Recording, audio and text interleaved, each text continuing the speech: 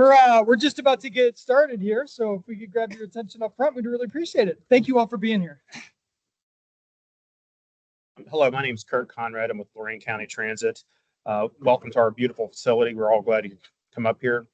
I'll give you a little bit of history. This building was built in 1925.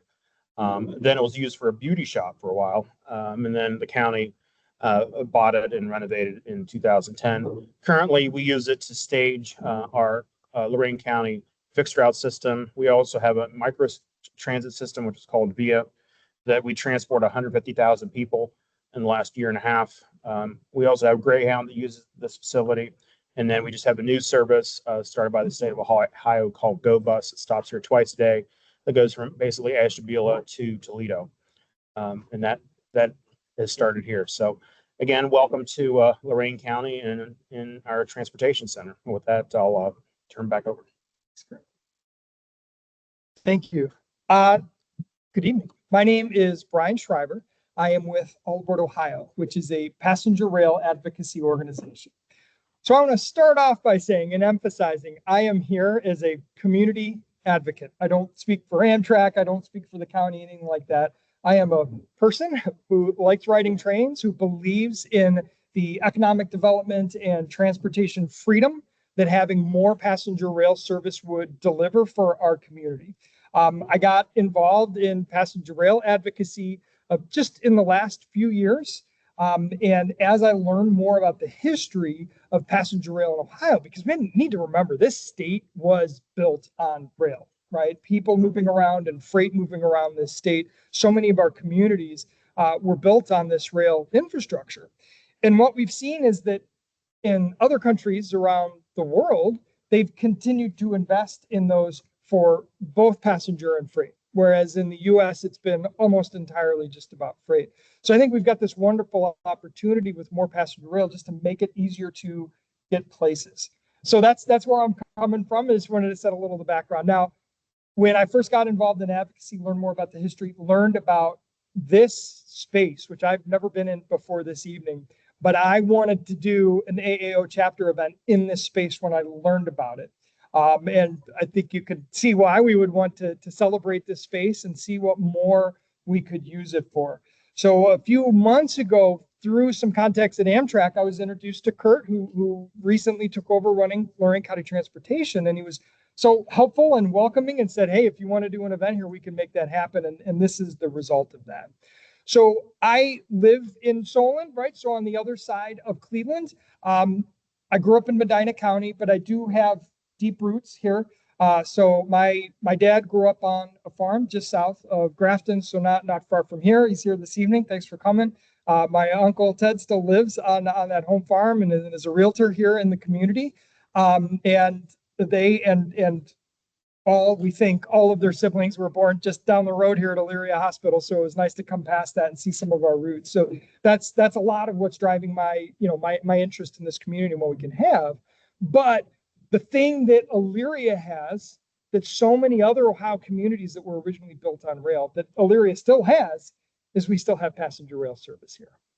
So I'm really curious, who has had a chance to ride Amtrak just ever? Okay, so pretty good hit rate. Who has gotten on or off a train here in Elyria? All right, big chunk. So thank you so much. I'm so glad that you were able to join us this evening and see this. So we'll talk about this a little bit because it's great that we have the service, but there are a couple of drawbacks here, and we'll talk through those as we go in. And then we'll also paint a picture about what a future could look like. So for those of you that would be maybe interested in getting a little more involved and helping to push our elected leaders for more passenger rail service, All Aboard Ohio is free to join. Right? We just want members in this day and age with electronic communication. It's not a lot of cost for us to add you to our roster. We'd love to have you because now we have 8,000 members all across the state, across the country who want to see better passenger rail in Ohio. And that's what we want to do to get our elected leaders to listen to this as a prioritization for our spending. So this beautiful building, and hopefully you got a chance to get a postcard. I found this, I don't know where online I found this postcard, but I printed a bunch out this evening. So hopefully everybody got those. If you don't, come find me afterwards and I'll send you home with one. because I think that this helps to paint a picture of both of our history, but what our future can hold as well.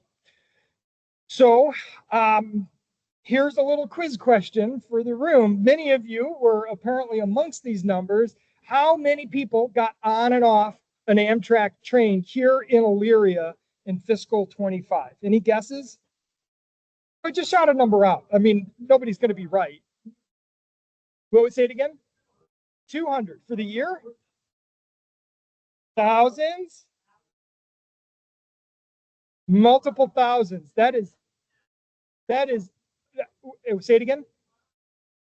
Not quite that many, but right here in Elyria, oops, see if my clicker wants to cooperate. 13,000 people got on and off an Amtrak train in fiscal 25, right? So roughly 30 people every night. And for those of you who have experienced, you have to really want to take the train out of Elyria. Now, the other question I have for you, where do you think that ranks amongst all of the Amtrak stations in Ohio?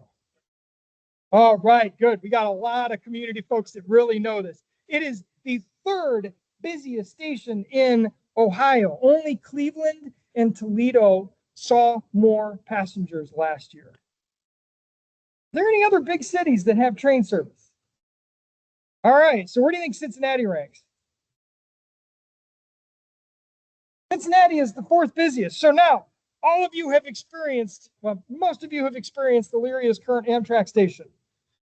Let me show you a picture of the fourth busiest train station that did not see as many riders as Elyria did last year. This is Cincinnati Union Terminal. It is one of the most beautiful structures in the whole country. For those of you who had a chance to see the new Superman movie, you know it is the home of the Green Lanterns Brigade. In the latest Superman movie, they used this space, but this is inside. If you get a chance to visit Southwest Ohio, do yourself a favor, go over to Cincinnati Union Terminal. It is still the Amtrak station, but the primary use of that building today is as a museum and a historical space. But it is a beautiful, beautiful space, absolutely worth seeing. So if the fourth busiest train station can look like this, I think the third busiest train station can look like this structure that we're in. And that's really what we're here about tonight. So many, I've got some friends who've been rail advocates in the state for a long, long time. And they have for many, many years wanted to do this. And many of you are aware that there had been, grants and funds and renovations with the hopes of doing this, but every effort to this point has come up short. So I want to be clear, nothing is a done deal, but the good news is that there is an active project to try and move things back to this, try and move Amtrak back to this facility. And all of these other transportation services that Kurt has been working on and mentioned. And again, if you need to go to Ashtabula or to Toledo or to Sandusky, there is a bus service that you can use now, Go Bus. And my friend Ed here just took it last week to go from Brook Park out to Ashtabula. So that is a service, right? Or maybe, you got a kid or a grandkid that's going to University of Toledo. I'm like, do I really have to drive all the way out there and back just to get them to school? Well, now you can have them ride that bus. So all of you are aware of what the Elyria train station looks like, the third busiest station in the state of Ohio. I came out in March. I got a chance to meet with Kurt. I went over and took a look at the station. Good news is you can take an Amtrak train, and that's about the end of the list. So what we want is to make sure that our third busiest station can have this beautiful space, and we're working on that. So Amtrak has proposed this. I understand that a lot of you have heard over years and years about this project or that grant to make this happen. And so again, I don't want to pretend like, hey, brave new day, this is definitely going to happen. We're not there yet. But again, the good news is that there is at least an active project. We've got in Kurt a very experienced transportation executive working on finding the grants to complement what Lorain County is, what Amtrak's trying to do. So when I came in March, the sun wasn't out. So Rob came a few weeks ago and he got these lovely pictures of the facility. So Rob is one of my fellow All Aboard Ohio board members here this evening. So we get 4 trains every day in this community coming right across this viaduct behind us. And the bad news, as you know, we are well aware, they all come in the middle of the night. Now, I do want to make sure, because this is a conversation about Amtrak, that everybody in the room knows where you can get on a train and go one-seat ride. So one of the services that comes here through Elyria is the Lakeshore Limited. It is one of Amtrak's most popular long-distance trains. If you want to take this train, make sure you get your tickets in advance, because it does sell out on a regular basis, and it is usually pretty full. So you can go westbound through Sandusky, Toledo, southbound and out to Chicago. And then the eastbound train going through Cleveland, Elyria, all through upstate New York. And then at Albany, it splits. And the main part of the train goes to New York City. And then you get a part of the train continues on out to Boston, right? So, you know, again, you got a kid, you send them off to school in Massachusetts, a lot of university students out there. Please know that this is a transportation option. And then many of you are familiar with the Capital Limited. Well, here in the last couple of years, Amtrak had to make some adjustments, mostly due to equipment shortages. And that train has been combined with one of the Florida services to create a new Floridian. So if you want to get on a train right here and go to Disney World or go to Lakeland, Florida, or go to Savannah, Georgia, or Raleigh, North Carolina, you can get on the train here and get off at any of those destinations. So that's the good news about that service. Now, you might be looking at that map saying, boy, that looks like a really, really long route. And it is. Who wants to take a guess on the mileage on this one? Any fellow map nerds out there? Close. That's pretty close on the time-wise. It is 2,076 miles to go from Chicago to Miami. It averages about 47 hours to do it. Now, one thing I want you to be aware of, if you haven't done much Amtrak travel, the longer the route, the more likely it is to be delayed. So if you want to go to Chicago, take the Lakeshore, better chance of getting there. But the Floridian is a possibility today. And you know, if you're not in a hurry and you want to go to Florida and you don't feel like fighting with the airlines, this is a way that you can do that. Now, what is this proposal about moving passenger service back into this beautiful space? Amtrak is under a court order to get many of their stations up to Americans with Disability Act compliance, right? So because of this, Amtrak is evaluating platform upgrades and similar types of things at many stations. And to their credit, rather than just saying, well, we'll put new platforms where they exist, Amtrak is looking at this as an opportunity to try and get the service back here. Okay, so that's good news. Amtrak has put together drawings and proposals that Kurt's been working through as well. Construction costs have escalated a lot over the years, and we've seen a lot of inflation on this. Amtrak is projecting this would be a $10 million project to do, and that's not just moving the train stores. That's building the new platforms, building the ramps up to the station, potentially putting in elevators in to get up to platform level. And so Amtrak has budgeted $5 million towards this effort. Okay, so that means that Amtrak thinks that they need to find $5 million more to get this. Now, another piece of good news is that Amtrak and Kurt went to the Ohio Rail Development Commission, and the ORDC, so it's part of the Ohio Department of Transportation, has committed $100,000 towards this project, right? And those of my friends who have been in advocacy for a long time were pleasantly surprised by that. That is a bigger commitment than historical precedents would have led us to believe. And then what Kurt has been working on is there is a $4 million Federal Railroad Administration grant that he's been working on getting approval for. That grant requires a $1 million local match. The $100,000 from ORDC contributes towards that. So essentially what we're trying to string together is, all right, where does this $900,000 come from? So Lorain County has made requests to the state as a part of the capital budget, which will be finalized over the next 6 weeks. That's a potential source of funding. NOACA, that is the Northwest or Northeast Ohio Area-Wide Coordinating Agency. So the kind of agency that oversees transportation projects in Cuyahoga, Lorain, Geauga, Lake County. They are a potential source of funding, and they have been very committed towards expanding passenger rail in Northeast Ohio. I have a wonderful comment from their executive director that I'll share with you here in a minute. Potentially the county could contribute funds, potentially the city could contribute funds, potentially other things, right? I want to make clear, I don't speak for any of these folks. I'm just kind of going through what are potential sources of funding and where is the goal to get to. So that's the picture as it is today. So again, the good news is that it's being actively worked on. Amtrak has put together drawings. Amtrak would like to do this, okay? But it's a collective community effort because there are a lot of people that benefit from improved passenger rail service. And so they are looking for other potential sources of funding.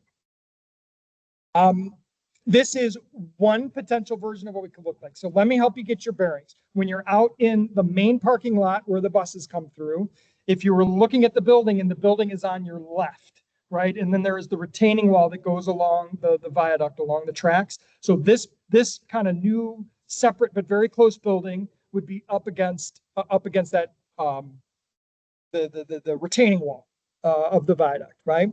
And so if this version is built, inside of that small building is essentially a staircase and a couple of elevators to get you up to platform level. Okay.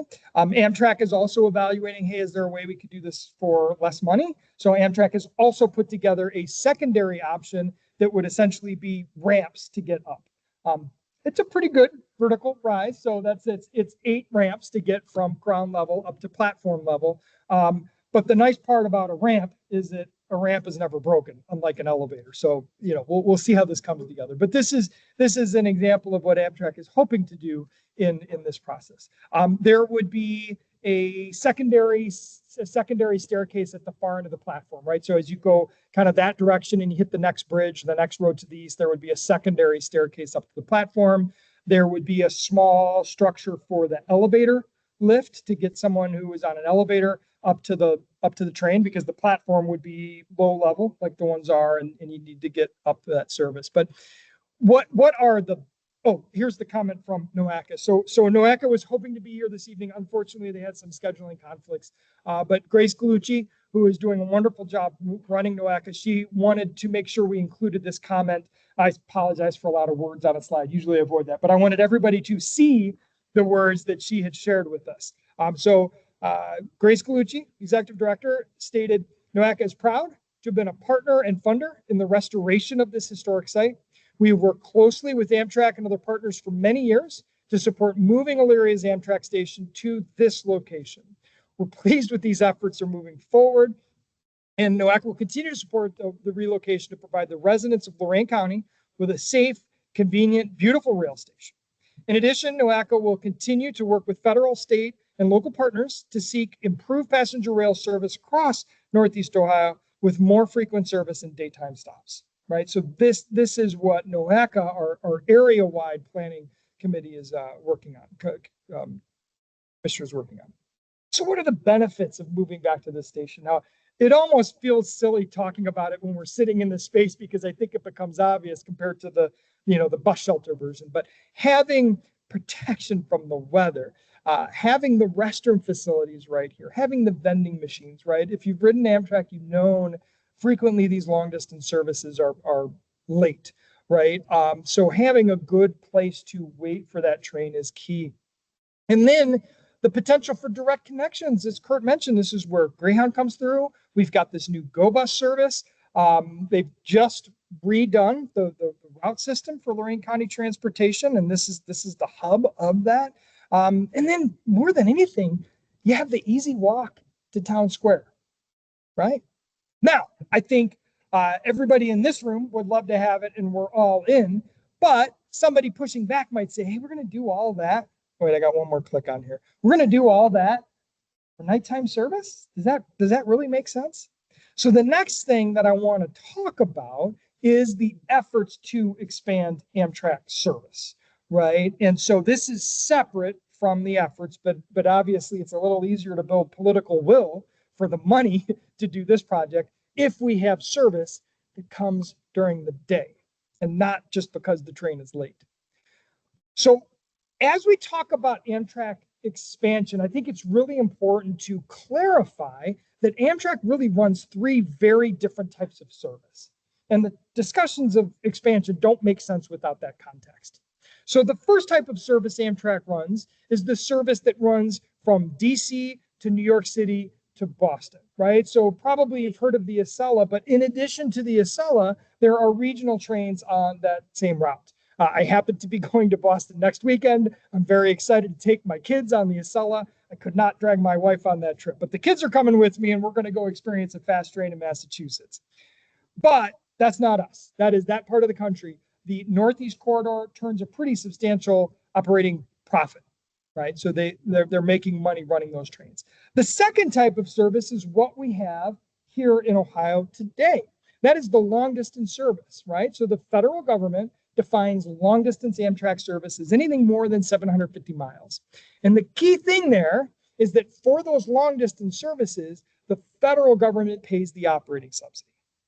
Right? So unlike the Northeast Corridor, most of Amtrak services, when they run them, the revenue that they generate from selling tickets does not fully cover the operating expense.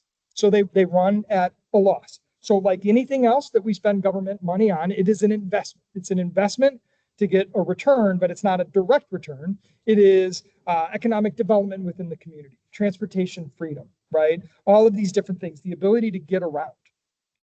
So long distance service, when it's more than 750 miles, that means the federal government pays the operating service. But there is a third kind of Amtrak service that we do not experience this here in Ohio. That is the state supported service. So there are many states throughout the country that have said, hey, we want to invest in passenger rail. We are willing to pay that operating subsidy, much the way we subsidize driving on roads through doing road maintenance, right? Snow plows are something that gets paid for out of general tax revenue. The gas tax does not even pay for everything directly affiliated with the roads, let alone the economic costs, say how much police time is patrolling streets, right? And then paying to clear roads with snow plows. And then, of course, because driving is dangerous, we all know someone who has been hurt or even killed in a car crash. That is in addition to being a tragedy, is an economic hardship, right? So those are all things that are costs. So similar to that, many states have said, hey, we're going to pay that operating subsidy because this is a service we provide for our citizens. So the state-supported service is really most of what we're looking at when we talk about the current efforts to expand Amtrak service. And I think it's important to understand those three distinct things. So I'm going to give you some examples of some of the state-supported services that exist in other parts of the country. Now, there is a wonderful train from Chicago to St. Louis. There's been substantial upgrades to it, and now that train runs at 110 miles an hour for a substantial part of that route. So they continue to trim time off the travel time between Chicago and St. Louis.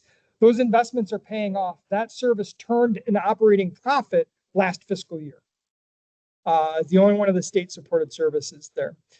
Detroit. So Michigan has done a lot of investment in passenger rail. There are also pretty good chunks of rail in Michigan where you can go 110 miles an hour on an Amtrak train. So there are 3 trains every day from Detroit to Chicago, each direction. And that is all of the folks from Chicago that are going to the University of Michigan in Ann Arbor frequently use that train. Ann Arbor Station had 150,000 riders last year. The Ann Arbor metro area is somewhere between 200 and 250,000, right? Cleveland had 60,000 boardings and is roughly 5 times the size. So getting these trains in the day, getting more frequent service to make it more useful is really a key part of this. And another one that's special for me, I go to Milwaukee a lot. The company I work for is headquartered in Milwaukee, so I travel there frequently. Milwaukee to Chicago is only about 80 miles. And there is a train, an Amtrak train from Milwaukee to Chicago called the Hiawatha. There are 8 trains each direction between Milwaukee and Chicago every day. And everybody in Southeast Wisconsin knows if you want to go to Chicago, the best way to get there is to take Amtrak because you don't have to mess around with your car once you get to Chicago. So that's an extremely popular service. Nearly 700,000 riders on that service last year, just the train, 80 miles between Milwaukee and Chicago, right? So those are some examples today from other parts of the country. And they paint a picture for where we're trying to get to here when we talk about expansion in this state. So the formal program to expand passenger rail that's happening, it was established. So there is a program called the Corridor ID program. And what Corridor ID is, it is run by the Federal Rail Administration. This is a federal program that was instituted in the infrastructure bill from 2021, right? So you probably heard a lot about, hey, there's a lot of funding going into passenger rail. This was one piece of that. And this Corridor ID has allowed state governments and other entities from all over the country to submit potential future passenger rail routes. And the federal government gave each of those identified routes $500,000 to do an initial study. And so those, Ohio had 4 in this program, 2 of them impacting Northeast Ohio, and one of them is what I'm showing up on the board here. So this is the one that I'm really excited about for Elyria, the Cleveland, Toledo, Detroit. Sometimes you'll hear it abbreviated CTD. Back in the day when the New York Central was running this, it was the Mercury. So that's why on some of these postcards I made, I wrote it up as the Mercury. But when we look at this service, I want to emphasize the CTD is not primarily about people traveling from Cleveland to Detroit, right? It is much more about connecting all of these cities along that corridor, right? When we look at our friends to the west in Toledo, Toledo effectively doesn't have any commercial air service. So when you're in Toledo and you want to fly somewhere, you have to drive. Usually you drive up to Detroit, right? And so one of the things that this could potentially bring about is a station at Detroit Airport. So if you're in Sandusky or Toledo or here in Elyria and you want some options instead of having to go out of Cleveland Hopkins, you can look at flights out of Detroit as well. Probably not as big a deal for Elyria, but certainly when we get to Toledo, that's going to be a big thing for them. So where we are right now is this 1-year step 1 planning grant that was $500,000 that has been completed.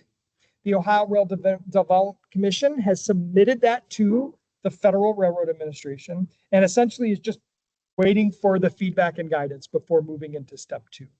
Now, as we get into step 2, that's when a more detailed plan is put together. And in step 2, there is a local match. Now, the Ohio Rail Development Commission has committed to funding that, right? Because it's manageable within their budget. Step 3 is where we get into doing the engineering design and the construction. That will also have a percentage match. So we're trying to get to make sure there's money in Ohio's future budgets to help fund that. So that is like the official formal program that is happening that we're going through. That requires the federal government, the state of Ohio, Amtrak, and the host railroads to all be working together, right? So there's a long way to go on this, and I don't know what will come out of it, but that's the process and that's what's being worked through. Now, because we've had experience, and perhaps those of you who followed know Ohio got a big chunk of money about 15 years ago, and then a new administration came in and took it over and sent that money to other states to use on their passenger rail projects. So there is some concern about, hey, will everybody hold up their end of the bargain for this?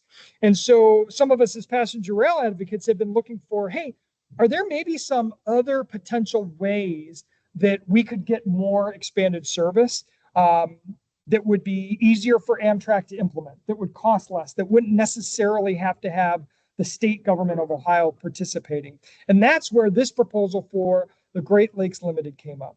So the idea of the Great Lakes Limited is this is a quick start, long distance service. So if we think back to earlier, if it's more than 750 miles, it is defined as a long distance service. And what's the key thing about that? Who pays for it? Federal government pays the operating subsidy as opposed to state governments needing to pay that.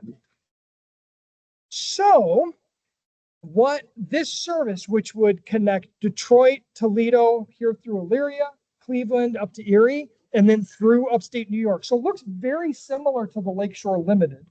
But this route is a little bit more than 800 miles, right? It would be around 16 hours of runtime on current infrastructure.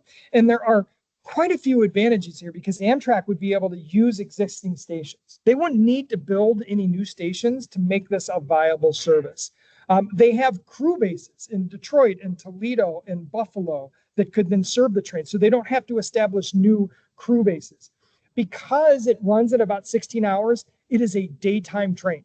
You leave New York City early in the morning, you get to Detroit late at night. And what that means is that Amtrak doesn't need to have any of the expensive overnight accommodations, right? It's a coach class, maybe a business class with a little more room, nice, comfortable seats. I cannot emphasize enough that this is not about getting on a train in Cleveland and going to New York City. If you want to do that, more power to you, and it's available. This is much more about, hey, my kid is going to one of those wonderful universities in Northwest Pennsylvania at Erie, and I'm tired of driving all the way up there and driving back every time they want to come home for a weekend. Let me just go drop them off on the train, right? My kid's going to one of the great schools in Rochester, right? Maybe you want to get out to Toledo. You got something you're visiting in Toledo. It's like, I really want to, drive 2 hours, or maybe not quite 2 hours in that. This is one of those things where it's hard for people who are just used to driving to kind of wrap their mind around it, because they say, well, you just drive. But there's a lot of people who don't want to drive, who would like to be able to go somewhere without having to drive. And then there are a lot of people that can't drive. And there are a lot of people that probably shouldn't be driving, right? When we think about getting around the state, when driving is our only option, we drive in situations where we probably shouldn't be.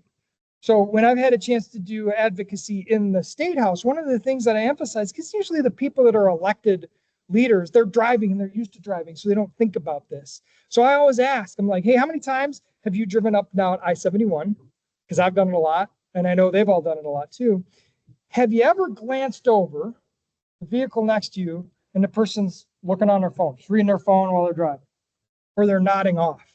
Now, maybe that person didn't want to drive at all that day, but they needed to go to Columbus, and right now they don't have any choices.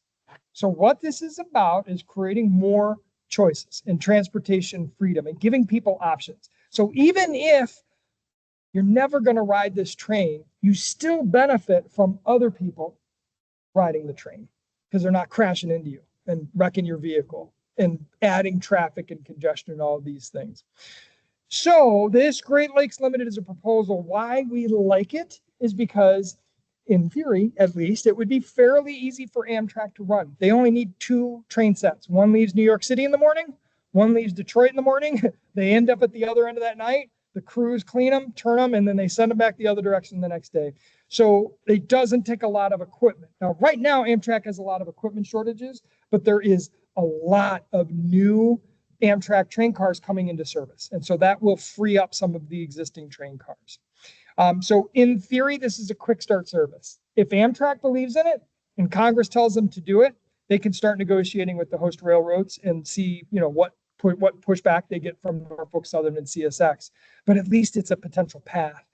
And because we don't know how future Ohio budgets are going to play out, a thing that as advocates we like about it is this does not require cooperation or funding from the state of Ohio, right? Now, we're going to continue to advocate and ask our elected leaders to fund this transportation system, but we want to have a plan B and some other options. So Bill and Ed, who are sitting at the table here, they put this proposal together, and collectively we've been working and meeting with congressional representatives from across this entire route, and we're getting a lot of interest and excitement about it. So we're continuing to work for this. We think right now, Detroit has no passenger rail connection to the East Coast. So this is a big deal for Southeast Michigan. Right now, here in Northern Ohio, we don't have trains during the day. So this is an opportunity to get trains during the day. Our friends in Erie, much like Toledo, they don't have commercial airline service. So people here, it's like, oh, well, you just fly. Well, if you're in Erie, you got to drive 2 hours before you can fly anywhere, right? Interestingly, you might think of New York as a state with having more passenger rail service. And certainly in the eastern part of New York, between Albany and New York City, it's pretty good, pretty frequent service. But across upstate New York, from Albany through Syracuse and Rochester to Buffalo, there's only 4 trains a day, and one of them is the Lakeshore, right? So, it might be later delayed. So the way that the schedule has been put together, this would actually fill a pretty substantial gap in the upstate New York schedule. So this is something that we as advocates are working on independently outside of the formalized system. All of these things, I think what we would ask is if you want to see this, make the call to your elected leader and say, hey, this is something I'd like you to prioritize. That is something that I had never done before getting involved in passenger rail advocacy. And just here in the last 18, 24 months, I've started making those phone calls. They hire really nice people to answer the phones, and it's okay to call them. And if you're nice to them, right, that's a surprise because they're used to just people calling up and yelling at them all day. So if you say, hey, this is important to me, this is why it's important to me, I want to make sure that my voice is heard. It is not as scary as it can feel to make that phone call. So this is kind of the option B that we're working on as advocates. So what do we hope? Future possibilities, daytime service. Now I got a thing to tell you about this. This picture was taken 2 days ago. Look at that, Amtrak daytime service. Now, unfortunately, it's because the Lakeshore Limited was running about 3 hours late. But our friend Ken Prendergast was able to get several lovely pictures of this train as it went through Cleveland. The hope is that we have a future of Amtrak service like this during the day when it is on time, right? So if you're interested in joining us to help advocate for this as a future, if you want to learn more about, hey, what can I do? How can I contribute to these efforts? Please, let's have a conversation. Check that little box to become an All Aboard Ohio member. It's free. We just want to be able to tell our elected leaders, look, here are the 8,000 people across the state that want to see this option. ODOT did surveys, statistically significant surveys, and found that on the order of 80% of Ohioans would like to have more passenger rail service. Now, we are a state that has almost no exposure to passenger rail today, right? Now, I know some of you have the memory of what it was before the old rail conglomerates kind of in passenger rail flatlined, right? But for anybody that is not even my age, but even quite a bit older than me and younger, there's no memory of real effective passenger rail in Ohio. And that's a future that we can create if we're committed to doing it and if we properly prioritize it. So that's what I wanted to chat about today. I really appreciate your time. Thank you so much all for coming out. Hopefully you got some useful information out of it. Again, if you're interested in joining us, we'd love to have your participation. All Aboard Ohio, we have monthly statewide Zoom meetings. So if you just, you want to sit in your house and watch something, the second Saturday at 10 a.m., we have a session. You can sign up for that, get the Zoom link. As a Northeast Ohio chapter, we try and have monthly events. So sometimes we'll do meetings like this. Sometimes we'll do field trips. If you've ever been to the Trolley and Rail Museum in southwestern Medina County, I'm planning a trip there later. We'll do happy hours. Usually those are in downtown Cleveland because that's where we get the most people to come.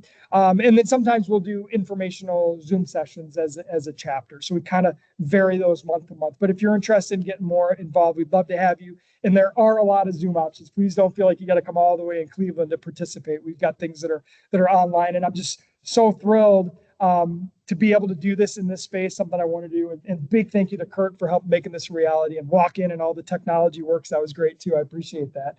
But thank you very much for being here. So I'll be around for a while. I'm going to hang out if you want to have a conversation, but really appreciate your time this evening.